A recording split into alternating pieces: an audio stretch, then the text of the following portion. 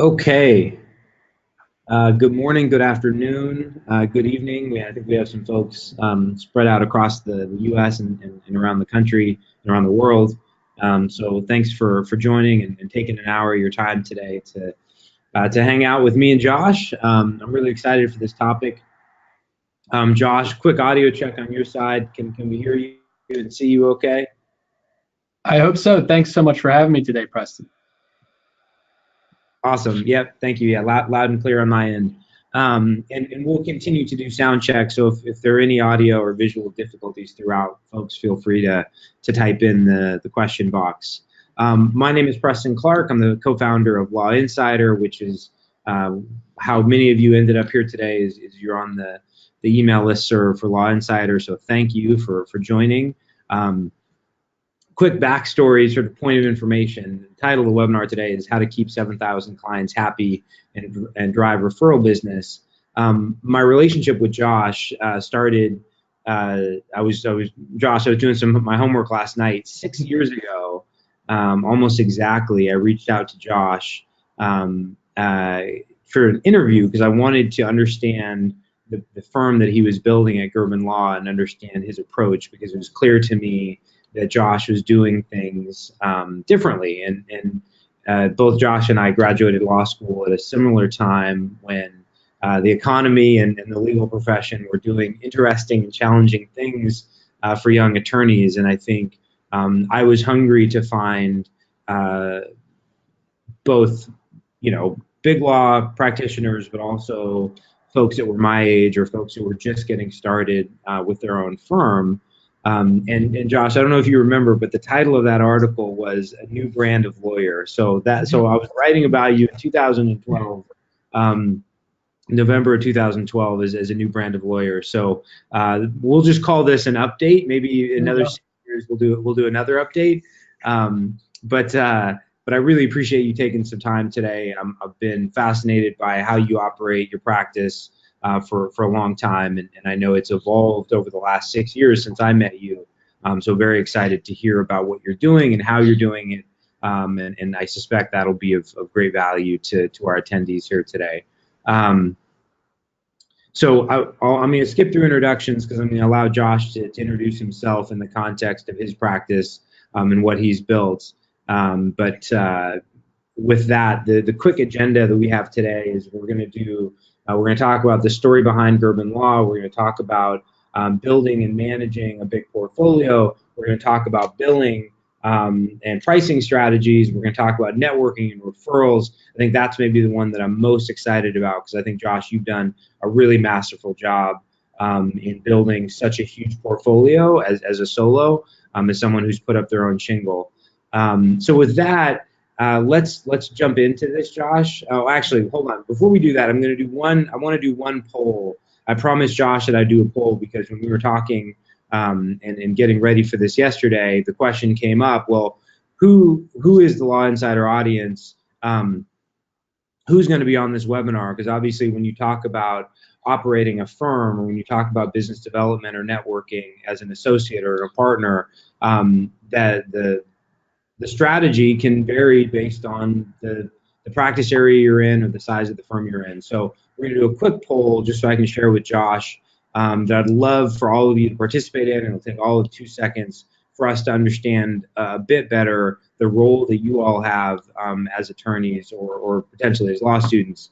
So I'm going to put that up right now.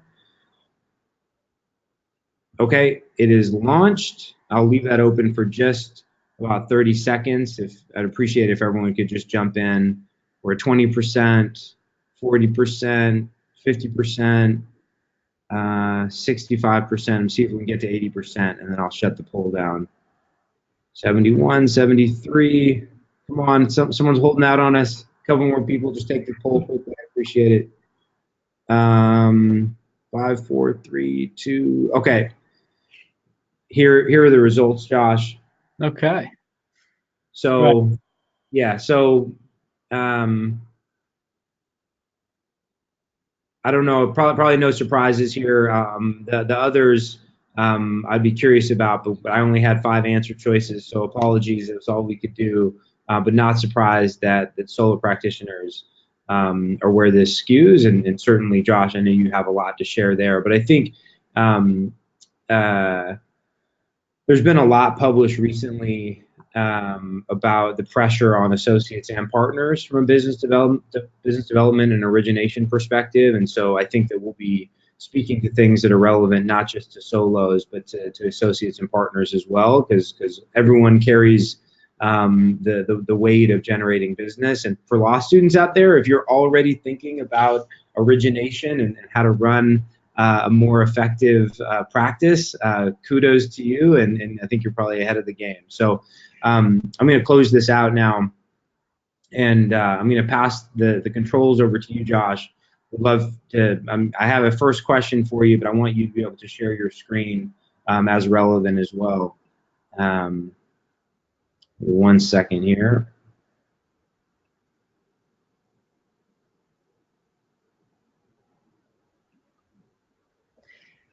Okay, so Josh, I think just to start and by way of introduction, would love to not only hear the Cliff's Notes of your firm, but also sort of how you came to start your own practice, and why that is sort of, as an entrepreneur, that was an endeavor you wanted to take on as an early law grad.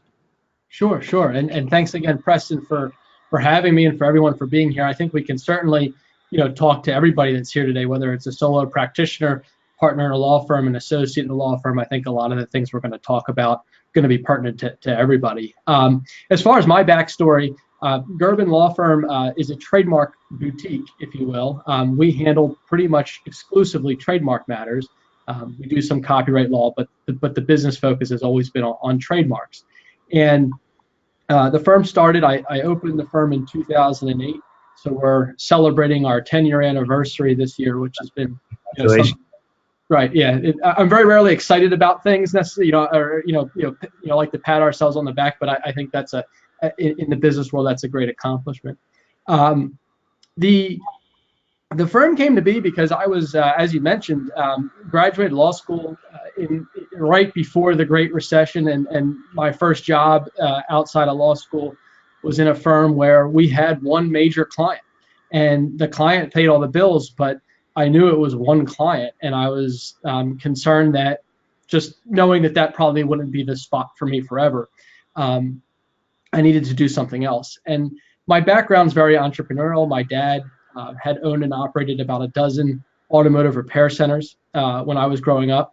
My grandfather was in business for himself. My great-grandfather was even in business for himself. So when you're raised by those in a family like that, you're raised that you go out and you should start your own thing and control your own destiny. And that was always kind of drilled into me as growing up. So when I graduated law school, it was always in my mind that I was likely to start my own practice. And I had that business background of knowing the basics of how to run a business, even though I've learned a lot over the last 10 years in a law business, if you will. But that was the impetus for me, just saying, you know what, I'm going to do this. I was 27 at the time. I didn't have a lot of commitments. I didn't have anybody but myself to feed. So it made a lot of sense that if there was a time to do it, that was the time. So 2008, I started by creating a website that I look back on now and I have to laugh. You can find it on the Wayback Machine. And I look really, really young on the website, but B, it's just, it's so funny to me how admittedly poor the website was designed and done. But I put the website up not knowing what would happen. And I had 0 clients when we started the firm. It wasn't like I took a client from my old, job. I said, I'm going to put this up and we're going to see what happens. And I started driving some traffic using Google AdWords. And that was, at the time that was relatively affordable. So I was able to drive some traffic, and all of a sudden the phone started to ring. And it was almost shocking to me that it would work, that the phone would ring and I would talk to somebody about a trademark issue, and they would hire me. And it was the thrill of that happening. Still to this day, is hard to explain. When you've put something out there, people are calling you. You're able to explain something in a way that they trust you now, and you've earned that trust, and now they're a client of yours. That's, to me, that's sort of the rush of being in practice for yourself. Yeah, and on that point, and we can dive into this more, Josh. But I think it's that, I don't know if it's a curiosity or if it's a passion, but that the feeling that you felt when you realized that you could connect two dots together, which was, maybe you'd posted an ad somewhere, but whatever the course of action was, SEO, blog content, whatever the strategy, you sort of saw this combination of events that would lead you to be on the phone with a prospect talking about their legal needs. And I suspect that for, I don't know, I think back to law school, I think of my classmates, I think of the people in my legal network now.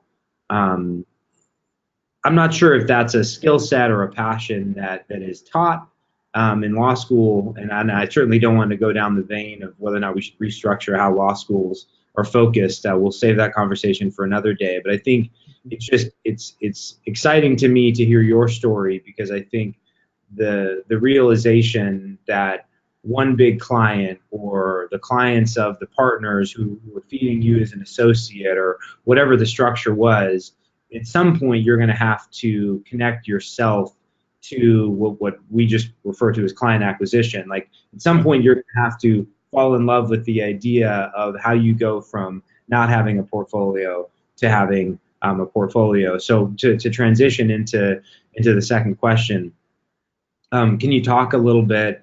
No, you don't have to give away any trade secrets here, but would love to understand a little bit about, in the beginning, the things you did to build your book of business, and then maybe as you've evolved, because I'm sure your website was not as bad as you say it is, but I appreciate that in 8 years things have changed. Would love to understand what you're doing now differently to help accelerate that growth further. Yeah, and I think, this is where, depending on your practice area, you'll find there's different strategies that can be used. We were targeting small to medium-sized businesses and looking to fulfill a need that people had, if you will. So they weren't looking for a general business attorney. They were looking for, hey, I have a problem, I need a trademark registered, or I have a problem with the trademark I tried to register, or I got a cease and desist letter. So when we started out, pretty much was exclusively doing internet advertising. And in 2008, that pretty much meant Google AdWords and just about nothing else. And so the initial push, the initial sort of lift off the ground was done pretty much by AdWords alone. Now in 2008, that was a lot cheaper than it is now. I think that the prices for the terms that we were able to generate traffic to our website have gone up thousands of % as far as the cost to bid on those terms, if you're familiar at all with the idea of AdWords. And so it was able to get us off the ground because it got the phone ringing and it got me talking to people that needed help with their trademark. As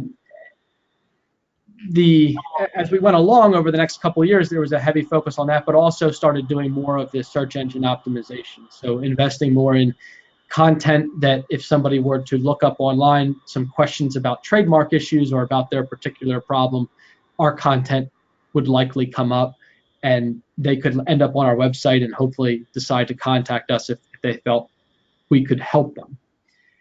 So if I were to do a search right now, Josh, for, I don't know, say trademark attorney, yeah, I suspect that you're in the 1 or 2 spots for that. Yeah, Google changes things depending on your geographic location, but in most locations, we should be up there pretty high in the organic rankings for something like that. Yeah.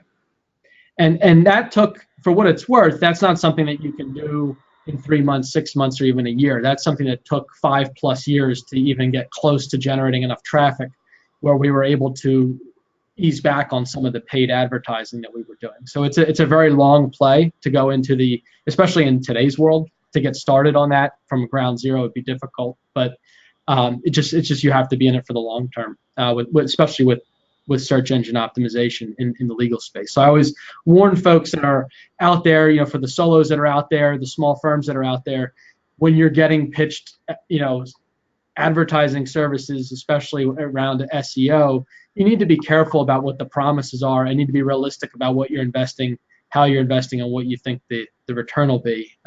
it's more of a long play, is the way I always look at it.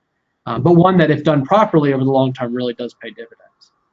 Josh, to double click on that for a second, something that's interesting to me is you talked about going after a niche. You talked about the evolution of SEO and pay-per-click and whatever digital sort of SEM, search engine marketing strategies you've used. I think that it's important to highlight, because this is something that was non-obvious to me for a long time, but to highlight the relationship between how you acquire customers and the niche or expertise that you've developed. So let me just go on this for 1 second, and then I'll turn it into a question. But I think for many of us in law school, it was like international business law, or something that was very cool sounding. But, yeah, right. But I don't think anyone was saying, "Oh, trademark, like that's my passion." And it's not to say that it's not worthy of a passion, but it is a niche that that not everyone is lining up to develop. But what's fascinating about it is that if you do develop an expertise in an area, it's certainly a whole heck of a lot to do that than to just be broadly known as sort of Roy Black, all things X or Y. And so I think it's, for a lot of folks who are starting out or who maybe are newly minted partners who've not had to cultivate an expertise outwardly, right? I mean, inwardly within your firm, I understand that you probably have an expertise, but from a professional brand perspective, you kind of have to place a bet, right? You have to pick a niche to write about, to publish about, to webinar about, whatever it might be, because I think if you don't, then you end up being sort of a master of none, which doesn't market very well, right? It's hard to be like you don't do a Google search for "I need a lawyer," although I'm sure people do, but that's not really a practice area scale. Yeah, Press, I think that's a great point. So basically, I think where you're going with it, and what I completely agree is that whether you're a solo, whether you're an associate, whether you're a partner in a law firm, you need to have a niche that you can market.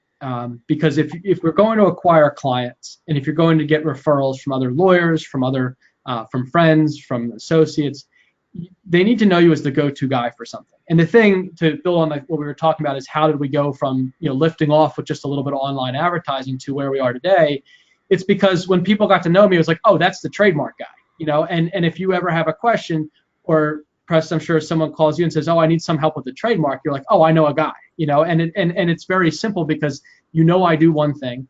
I'm not just some crazy generalist out there. I'm very specific about what I do, and it makes the referral a lot easier, especially if you know that I'm going to take good care of the client, which is another issue. But as long as knowing that I know the subject area well, you're going to feel more comfortable referring somebody to me.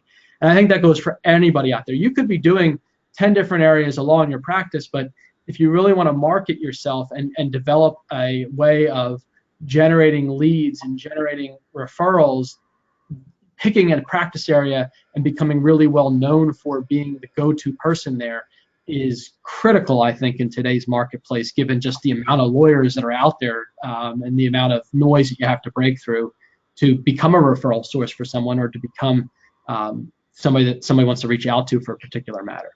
Yeah, and that's really, really interesting, because I have a lot of friends who are in big law who will, maybe their firm has 1,000 attorneys or 2,000 attorneys or more, and they'll tell stories about there being this handful of people within the firm who are known for one thing, and typically it's one thing that no one really wants to touch, right? Something that is nuanced and complex and tedious, perhaps, but because they are that go-to guy or gal, what ends up happening is that everyone, like, when someone says, hey, do you know someone who does that? It's like always like right there.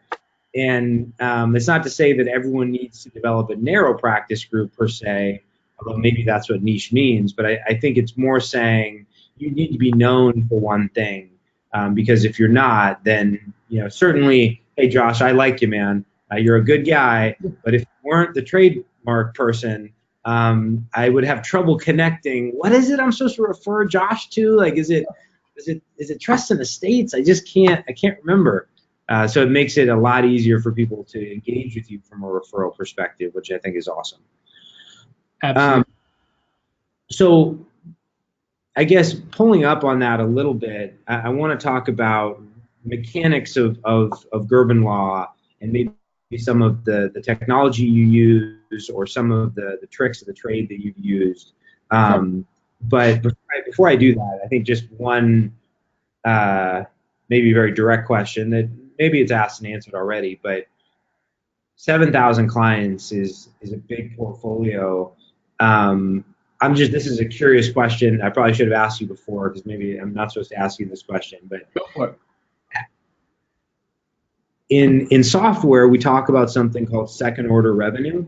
Yeah. Second order revenue, which you probably know what it is, but for those who may not, it's what happens when you have an established portfolio of 100 clients or 10 clients is that's when the referrals start. That's when word of mouth starts. That's when people come back to you for their third and fourth, whatever widget, trademark, whatever it might be.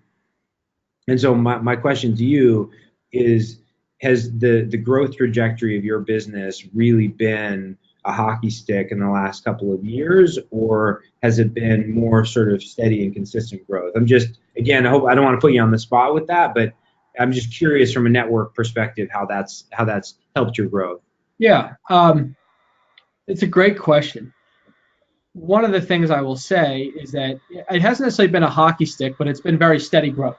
And the reason I think it hasn't been a hockey stick is because when I started, I was taking on different level of clients than we are able to take on today, if that makes sense. So, we might have started with somebody that was a much smaller business than where we're typically starting with a client today. When I was, just starting out and had nobody.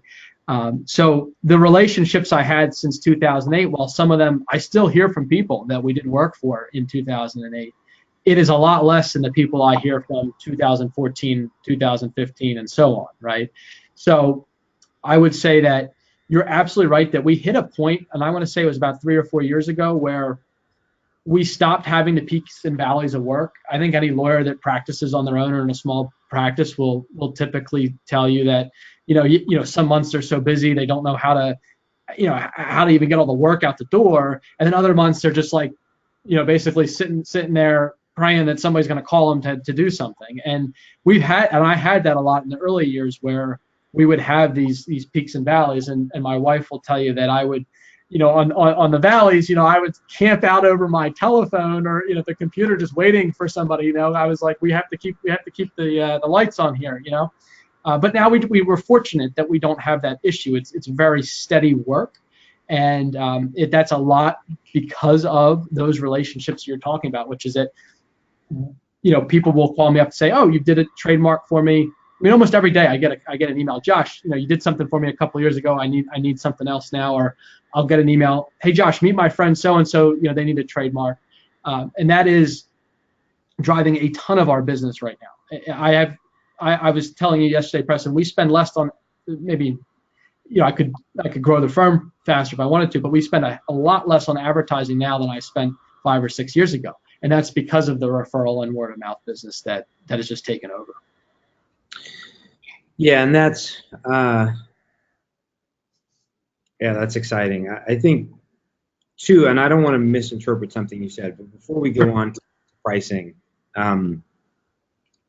would you say that your average client in 2018 looks fundamentally different than your average client in 2010, or is it? Because I want to make sure that have you changed your business model, or have you oftentimes just you'll take all takers in the beginning, right, and then you scale up and you realize where your sweet spot is, and so you start saying no more. Yep. Can you tell me about that evolution a little bit? Absolutely. I say no a lot these days. I say no probably over 6 to 10 times a day to prospects that we get because it doesn't fit within a certain mold of a client that we want, or it doesn't fit within the type of matter that we really want to take on. There's a lot. This will feed into the pricing conversation, because when I started, I was doing work for a lot less than we can do the work for now. Percentage wise, I mean, we started, I think that some of my first, trademark, we've always done flat rates. So some of the flat rates we would charge people might be as low as $200 when we started. And now, we really do not take on a new client without nearly about $1,000 commitment.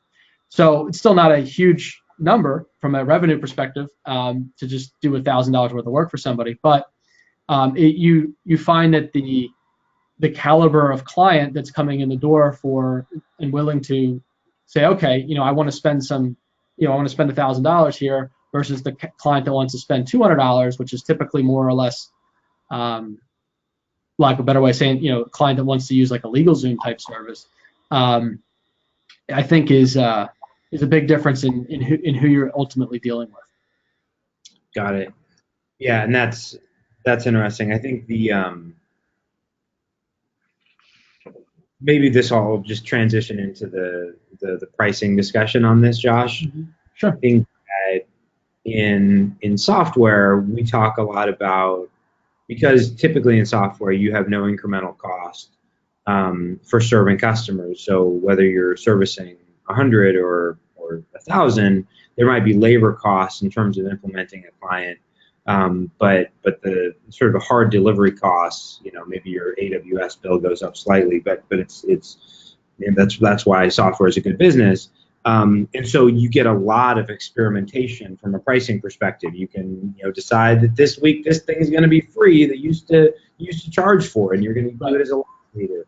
But I guess when you have hard labor costs, which are human capital, which is either your time or one of your associates' time or paralegals' time, there's only so many different ways you can package pricing and still run a profitable business.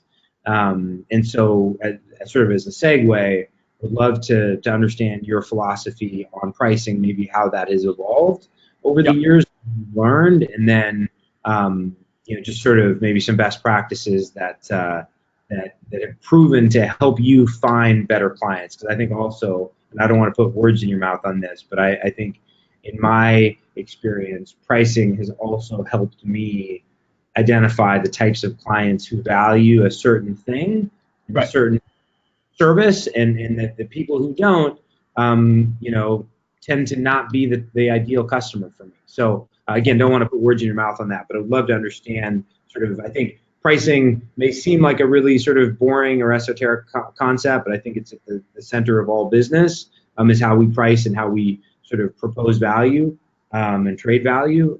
So anyway, somewhere in there's a question, and I'd love to pass it over to you. Sure. I think there's two things on pricing that I like to talk about, and one is, like you said, sort of the way I've looked at what we charge our clients, but then the other flip side of the pricing conversation, I think, is to the other lawyers that are here, is how you can price your services in a way that provide that when the client gets a bill or pays a bill, they feel that the value that they're exchanging is equal to what you provided, or hopefully you provide them more value than they feel they're paying for. And that's always where I feel like our success is that whatever we've charged over the years, is that the work product that we produce and the result that we give a client, in the vast majority of cases, exceeds their expectation as to what they spent with us. So if someone spends $1,000 with us and they see all the work we've done or are doing, and they're appreciative of that, and they respect what we're trying to do for them, that's what creates that repeat and referral relationship. And that's why we've been so fortunate, is that people will say, wow, Josh did all this for us, or our Gerben law firm did all this for us, and we got a great result, and it only cost this much, and the pricing was what he said it was going to be. And I think that is really, you get a lot of trust from people when that happens, and that's what drives a lot of repeat referral business. But let me back up for 1 second to the pricing question, because I think I made mistakes as I went along with pricing, in that I did not charge enough. And I probably still, quite honestly, don't charge enough. But you're absolutely right, Preston, that if somebody values what you're going to do for them, they're going to be a lot less price sensitive than the person that's really suspect of what the service that they're buying is going to be.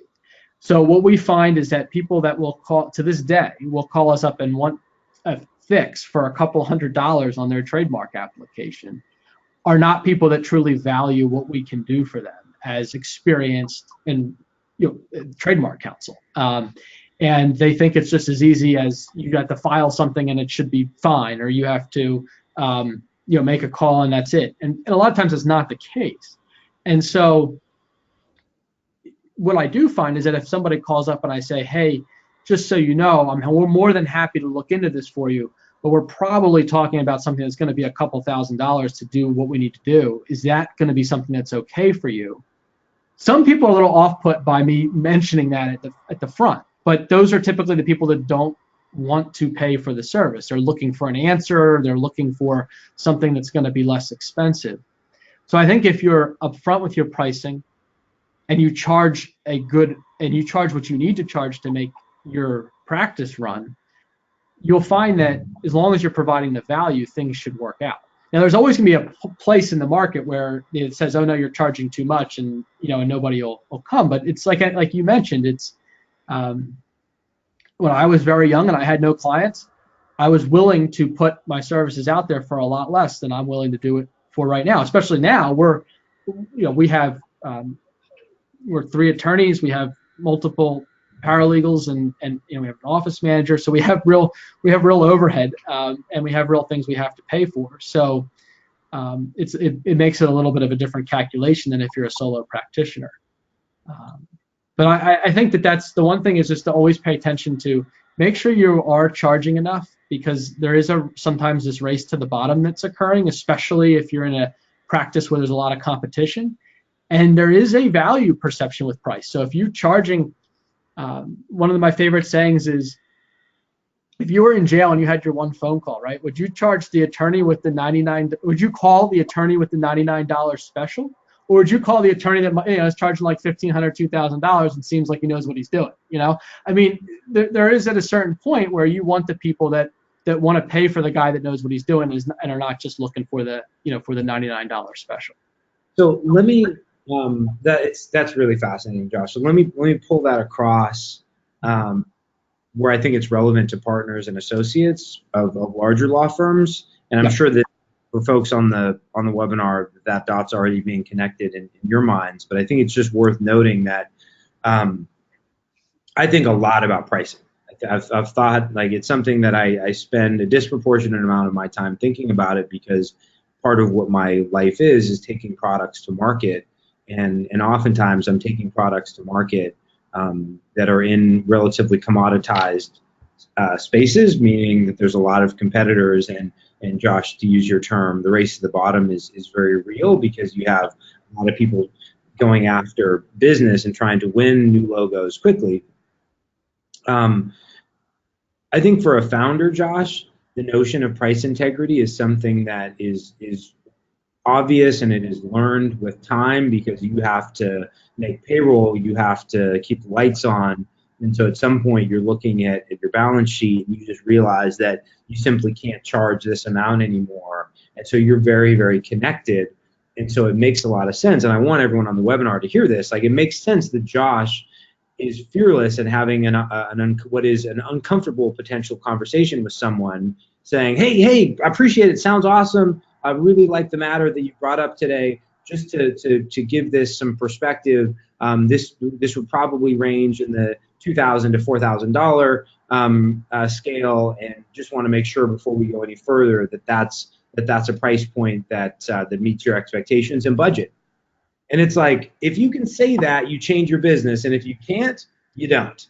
And because what you're saying is that there's a certain required pricing structure that is necessary for Gerben Law to exist and to thrive.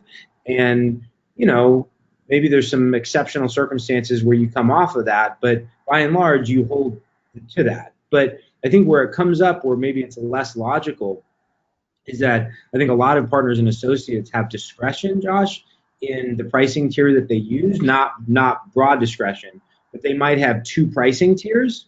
Right.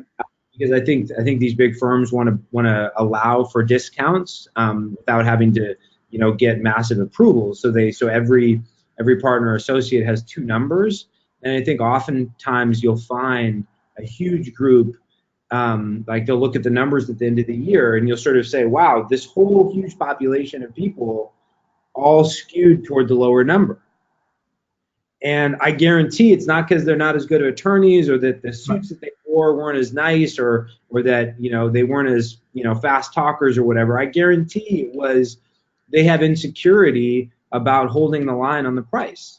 And it doesn't necessarily mean that they don't believe in their firm or in the reputation of their firm or even in their skill set. It's just that if given two paths of resistance, like human is to take the easier one. So I think it's really interesting to hear your story about how you have backbone when you present price, because that is a great filtering mechanism for you to find the clients you want to work with. And so I want to anecdotally pull that across for the partners and associates on the call to say that having that backbone can do wonders for you, because it also I think it also changes the relationship that you have. And Josh, to your point, value perception as it relates to price is very real.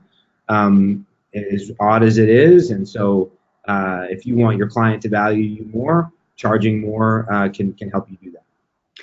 Yeah, and I think, just to pull it with you, Preston, across to the larger firms, for those people that are out there, I think that value is just key, right? So providing value is key, and I think remarketing your value on a daily, if not monthly basis is critical. So if we're delivering, we have certain clients of ours now that we have a good relationship. They're very heavy users of our service. And we will, from time to time, and I should probably even myself do this more, provide them an overview of everything we're doing for them and the results that we're getting, so that they don't forget why they got a $10,000 bill last month. It's not that, oh, I got to write this check. It's, well, here's what we, I'm not just going to give you like the rundown of how we spend every point. Itemized list. I mean, to me, I get bills like that from our web developer, and I hate them, right? Because I'm like, oh, why? I can't even read them. I can't even go through it. I'm like, I don't care what you were doing for point 5. I want to know, what did I get for the money that I spent? And I think most clients, whether they're large corporations, medium-sized businesses, small-sized businesses, they just want to know, what did I get for this amount of money? Besides just somebody sitting there telling me, well, I read this document, And I think if you can show your clients, even if it's a one-pager or a small couple of page, presentation of, hey, here's everything we did for you last month, or here's everything we did for you last quarter, and here are the results that we're getting for you, and here's why we are providing you with this much value for whatever it is we're billing you. I think giving your clients that and remarketing your value is critical to having a good relationship with your client and showing that you're providing value. I have it easy in that I can show value by showing someone the depth of the work that we do for them. Because when we do, for example, when someone comes to us and needs a trademark search done and they get our report, I most of the time get the response, wow, I didn't know you were going to do that much, because we show them how much we do, but we do it in a way that they can digest it, understand it. And then ultimately we get a trademark registered, which is a good kind of, final point on like, hey, we did our job, But not everybody has that in their practice. And I think if you develop to a client and say, this is where we're trying to go with this, and these are benchmarks that we're going to try to hit. And every time you hit a benchmark, you send an email and say, hey, we hit that benchmark. We provided that value. And even on those small wins, the client knows what they're paying for and why that's important. It just changes the nature of the relationship with the client, I find. Yeah, and so I'm took a note and circled it. Quote you, Josh. Remarketing value is critical, and I think that's a huge takeaway. And I know that some large firms do this. In the world of software, it's common to have quarterly business reviews or biannual business reviews. But effectively, the idea that how you communicate the value, like Josh, what does it do, right? It helps justify the cost of what's already been delivered.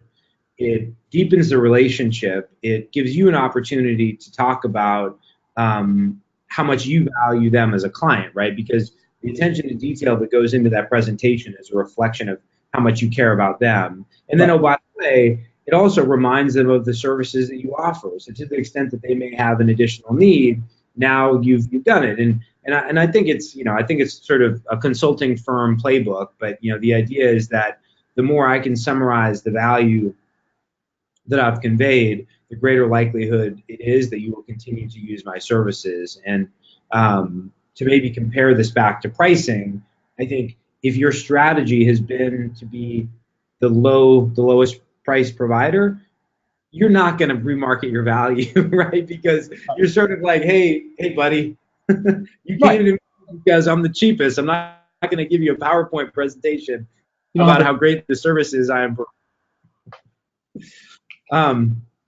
That's awesome, man. Okay, so the pricing, I think, is, to me at least, more fascinating than billing, but would love, I think, from a relationship management perspective, billing matters because it's the pain. Like, Josh did good work for me, and now the pain is what arrives in mail or via email. So would love any tips or strategies you have on that. Well, we're pretty unique in that we collect the vast majority of our fees before we even start working for somebody. I have found that the times I've gotten stiffed over the years is the times I'm waiting on a check to arrive, even from really large businesses. I mean, they're sometimes the worst offenders because to get the approval to send the check out is sometimes a problem for some reason. So I highly recommend, especially for smaller firms that really depend on having cash on hand to pay bills, to pay other attorneys in the firm, that you do your best to collect retainers and then recharge those retainers as it's needed, because it's less of a pain point to me if I say, okay, I'm going to write this check for a couple $1,000s, and then the lawyer kind of, over a course of a couple months or however long it takes you to go through your retainer that you've taken, you can then have that's a great place to have this check-in we're talking about and saying, hey, we're almost at the end of this retainer, and here's everything we've accomplished, and now here's the next steps and what we think they're going to cost. And I think by doing that, you're securing yourself so that somebody doesn't leave you with a bill, an unpaid bill, which I think is very common in our industry. And you're showing them value along the way. So not everybody's going to be in a position where they can justify or convince perhaps their clients to pay upfront or have retainers that they recharge and never exhaust. But that's something that we have certainly done. And I find it's a lot easier because once people make the payment, then they're just like, okay, now they're just receiving services. And there's something a lot less difficult than because we do have a few relationships where we'll send a bill out. And that always just seems harder. And like you said, it's sort of like I've gotten the work and now I get the pain. Whereas if you pay up front and then get the work, for some reason, it seems to be an easier,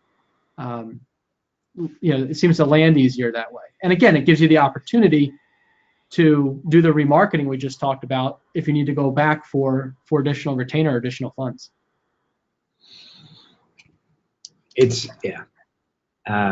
I'll just say I think it's fascinating. I think that because I think if you think about your relationship with your dentist, your doctor, your lawyer, like all of them have some awkward song and dance relative to the delivery of services and the billing. Yeah. Right. The dentist is like the separate person that you talk to afterward, but the dentist is part of that. Right. The doctor's office is like, it's insurance. You're going to get a call. So we're not even going to talk about money. I'm just going to bill crazy. And then hopefully your insurance will cover it. But it's like the relationship between delivery of service and and billing is fascinating to me. And I suspect that there's a transactional nature to trademark that allows for, and I guess that corresponds to the flat fee nature of it, where you can predict the cost in such a way where payment up front is more understandable. But I appreciate how that may be more complex for different practice areas. But we even do hourly billing on some things, right? So we do a lot of enforcement work. We do a little bit of litigation work for clients. And on those matters, we always start with a retainer. And as I call it a capped hourly fee arrangement is the term that I use with clients. And I say, look, I mean, here, this is exactly what I say. I say, we're going to start with a retainer of, let's say it's $5,000 for this kind of matter. And we will every month provide you a report as to how we're spending the time and where we're at. And of course, we'll be talking to you as the matter goes on. And, we're always here if you have a question, but we'll at least once a month give you an update as to how much time we're spending and where we're spending it. And then as we get to the end of the retainer, we're going to evaluate where we've gone, what we've done, and where we need to go if we still have things we have to do. And that is typically received really well. Now, I'll adjust that number a lot, but typically that, depending on what we have to do for someone. But when we end up most of the time going over that initial retainer, just because of the nature of like litigation or responding to a cease and desist letters, it's normally not like everybody's just like, oh yeah, we're going to agree to just drop our drop our arms, or we're just going to agree to get along. It normally takes some significant back and forth, and we rarely, I struggle to think of a time where that hasn't worked really well for us, in that even when we start to get over that retainer and we have to recharge it, or we talk to the client about spending some more time, it's normally a non-issue by that point because they've seen the value we're providing as we're going along. And so I do think that you can apply that. If you're able to do flat rates, I still think that's the best thing, and I do flat rates whenever I can. We could certainly talk more about that if you think that's helpful. But even if you're doing hourly fee arrangements, I think giving a budget up front for whatever you're working on, and then if you can, taking that retainer is really, really helpful. But if you can't, at least giving a budget and sticking to it, because nobody likes surprises. And think about any vendor you have as an attorney or as an owner of a law firm or a partner in a law firm, and if you get a surprise bill from that vendor, you're gonna call them up mad, or it's gonna hurt your relationship with that vendor. Same goes for us as attorneys. We have to tell clients what it's going to cost, and we have to be predictable and not surprise them with anything. Yeah. In the interest of time, I want to keep moving, Josh, but I think there is more there. I think when you and I talked yesterday, I think the hidden theme of this webinar that we haven't talked about, but the sort of underlying all of this is sort of lawyer as salesperson. Yeah. And how the notion of being a salesperson is generally like, you don't get an MBA for Harvard and take any sales classes, right? That's how sort of shunned it is. It's like it's this thing that everyone has to do to keep the lights on, but no one wants to talk about as a skill or a craft.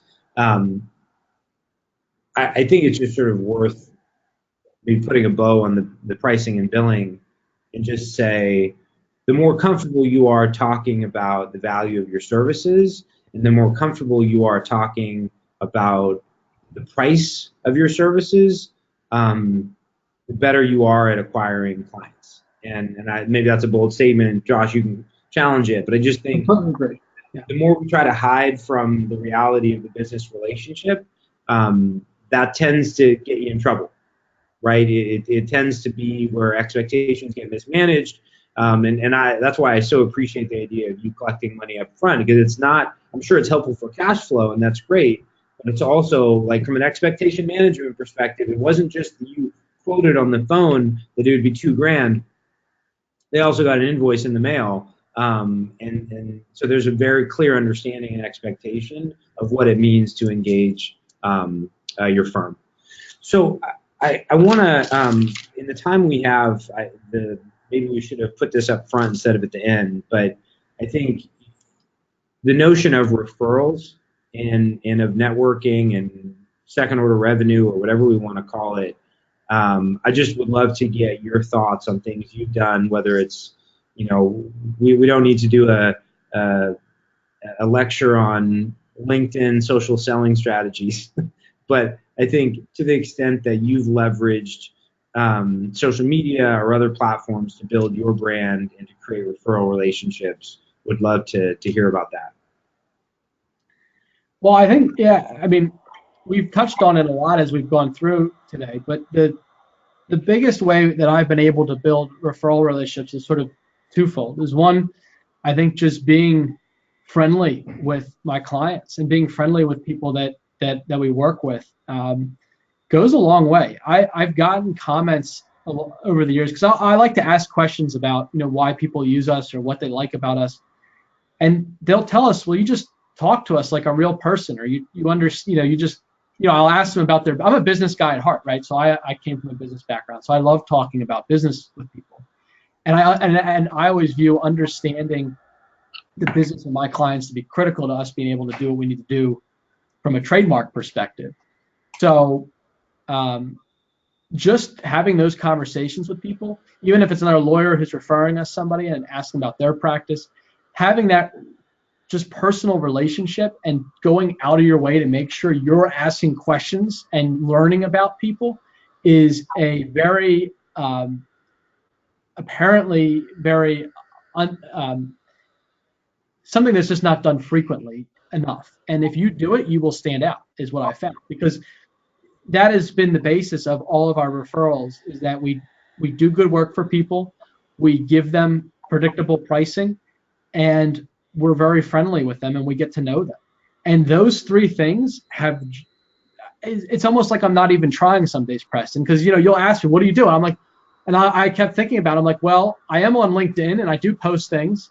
I am on Facebook. I post things. I'm on Twitter. I don't have that many followers, but it's really about the referrals and the repeat business we've got, just because people get to know us, they get to like us, and then they know us for one thing: we're trademark people. And so it makes it a very easy referral, and it creates that network of people. I do think it's important that, and this is just basic marketing, that you get an email list together that you can send newsletters out to and update out to, that you are active on social media, because like LinkedIn's a big one for us. I think I have several thousand people that are on that with me, and most of them are clients. And so if I post something, they see it. And I will post things on a Friday at like noon, and I'll get calls in the afternoon saying, "Oh, Josh, I saw you on LinkedIn today, and it reminded me I have to do this." So that kind of thing can just trigger sort of top of mind stuff, which I think is important. But the bread and butter really just comes from knowing people, and knowing them more than just their name, knowing about their business, knowing about who they are, and then you're just doing good work for them, and you'd be surprised what that will do for you. Yeah, and it's that's understated, Josh, and I think it's absolutely true. I think what we talk about is it's really hard to be a great entrepreneur or great at business development if you aren't genuinely curious about the people who you serve. And that doesn't mean that the kids' names and birthdays of every one of your clients. Yeah. So should. It's more about, to the extent that, like, I come from a space where we sold a lot of software into HR departments and into in-house general counsels, and I happen to be wildly interested in the complexity of running an HR department, and as a former in-house counsel, I'm massively curious about that. And so I don't just say, hey, how's the weather out there, right? Like, I hear about the inner workings of their business, because I know what their challenges they face, and I may not be able to help them solve all of those challenges, but nevertheless, like I want to talk about them. So I appreciate that idea, because I think, Josh, it comes across much more naturally than I guess just sort of cold outreaching to everyone saying, hey, can you give me a referral, or hey, you got any business for me? I find it doesn't work so well, to be honest with you, Preston. I mean, there's been times over the years where I'm like, we try to work relationships with people very directly, and it just, honestly, that those are not the best referral. The best referral relationships I have are ones where I had no intention of it being a referral relationship, to be honest with you. And that's really the best referrals that we have come from those types of relationships. So on that note, I want to take a minute to so just to frame this, like, Josh and I, like, Josh doesn't have anything to sell you, so we're doing. He's not a business consultant, but he is really good at business. He's really good at building a practice area, and so I know that Josh is preparing to start launching his own newsletter and resources for solo practitioners and for associates and partners who want to get better at business development. And so just wanted to take a minute to make sure everyone had your contact information. And I'm going to put up a poll in a minute, so if people want to hear from you, Josh, or if they want to be added to your newsletter, they can. And I have a couple other closing remarks before I do that. But before I do that, any sort of final words of wisdom for the group, Josh, that you want to leave us with? I just think it's so important to, in today's world, develop your own client base and to not rely on another partner for the work that you're doing day in and day out, because eventually that will go away. Eventually something will happen to that. And the way you truly have staying power is by going out and being somebody that people want to hire. And whether you're in a firm and you're a partner in a firm, an associate in a firm, or whether you're out on your own or you're in a small firm, this holds true everywhere. That if ultimately the client is coming to you because they want to deal with you and you are the person that they trust, that will be the biggest job security that you ever have. And I think that everyone's probably on this webinar because they're interested in building their law practice, their book of business, and that would probably be the reason why, I'm assuming. But to me, that's the biggest thing that's overlooked, is that a lot of lawyers that I know are grinding out and just saying, oh, I'm going to build this many hours this year and that gets me this bonus. To me, that doesn't mean anything. Yeah, you built 2,500 hours this year, you've made a good bonus, but what do you have starting next year? Nothing. You started hour zero. And that's just, to me, a recipe for just not a really fulfilling law career. That's awesome. Really well said. So, hey, Josh, I'm going to do this poll so people can raise their hand if they want to hear from you. But I also have 3 questions. Can we do a lightning round really quickly? And you can try to, if you can't get to these answers in 30 seconds or less, then we can do a follow-up after. But are you ready? Yeah. 3 at you? Okay. If I go too long, just buzz me. Yeah. Okay, yeah. Done. Okay, number 1, what are Josh's thoughts on equity in a startup for his services, if applicable? I assume that means where you have people who, instead of compensation, are actually giving you a stake in their business. Yeah. I've never done that. Look, if the opportunity seems really good and you have the time to spend on it, why not? That could arguably be your moonshot, if you will. And I'm all about taking a moonshot here or there, but I think it's a moonshot, and I think you have to worry about paying the bills day to day, and that's something you have to cover. And if you're covering that and can take your moonshot, then I'd say go for it, but be careful. Okay, next one. This one is probably, we could do a whole webinar just on this. How do you maintain timeliness of responses given the size of your client load? How do you manage client expectations? I work 7 days a week, have for the last 10 years, although that's something I'd like to do less of. And we instill client service as something that's very, very big in our law firm. So all the attorneys that work here, they will probably tell you that I constantly monitor and am worried about how quickly we're getting back to people. It's impossible to do keep 100% of the people 100% happy, but you can certainly set expectations in advance. 2 quick things on that. 1, I always let people know when they start working with us that it could take 48 to 72 hours to hear back on an email, because in today's world, people think you get it and you can respond in 10 minutes, and that's not always true. And 2, we really ask and drive clients to try to schedule calls with us rather than expecting to call the firm and just get us on the phone. It's very difficult for us to be able to answer questions on the fly. So I use Calendly, which is Calendly, a great online scheduling thing. You can just send people a link and they can schedule a call with you. We really push a lot of people to do that. Awesome. Okay. What's your ratio of marketing investment versus turnover? This question from JC. I think maybe you know what this question is asking, but I think it's probably how much you're investing on new customer acquisition versus maybe referral business. I'm not sure if I know exactly what that means, but the relationship between marketing investment versus turnover. Well, I think that we're constantly investing in marketing. I mean, if you don't spend money, you can't make money, is the adage, right? And I very much believe that. So even some days when I look at my marketing spend and I'm like, oh, that was a lot this month.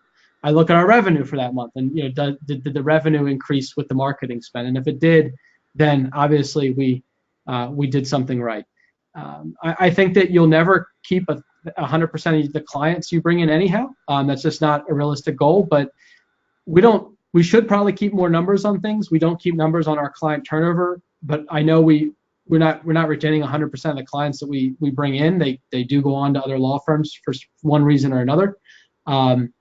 I think if we do the best job we can for somebody and communicate with them clearly and provide good value, the majority of people stick with us and refer us business, and that's really the sweet spot. Is that not to worry about the old 80-20 thing too, right? Don't worry about the 20% of the people that you couldn't possibly satisfy.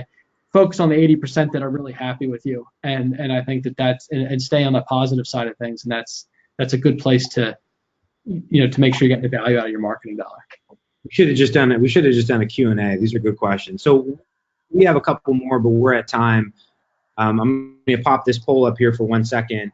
If you want to be added to Josh's newsletter for business tips and strategies, again, he doesn't have anything to sell you. He's just a really good business mind from a legal perspective, and so I think he's looking to build that up and build up that community. So to the extent that you're interested in hearing more, LawInsider, you all have heard enough from me on this, but I think, as you know, tomorrow is the last day to pre-register.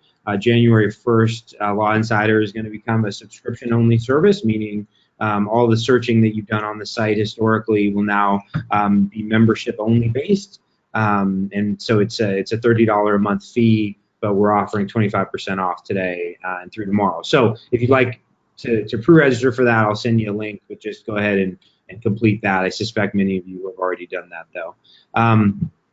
Hey, Josh, thanks a ton. I really appreciate you spending an hour with us today. A lot of folks have said they want to hear from you again, so I'll send you that list over after the webinar today. And I think that's it. Any closing comments or remarks? No, thank you, Preston, for having me. I really appreciate it.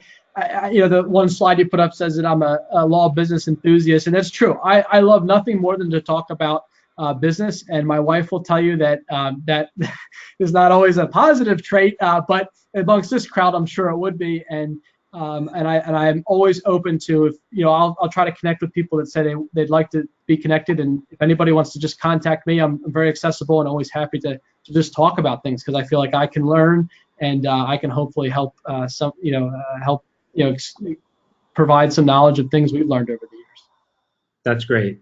That's awesome. Well, hey, thanks a lot, Josh. Thanks for everyone who stayed a couple minutes over with us today. We will do more webinars soon. Wish you all the best of luck. Have a great Thursday, and have a great weekend. Everybody, thank you.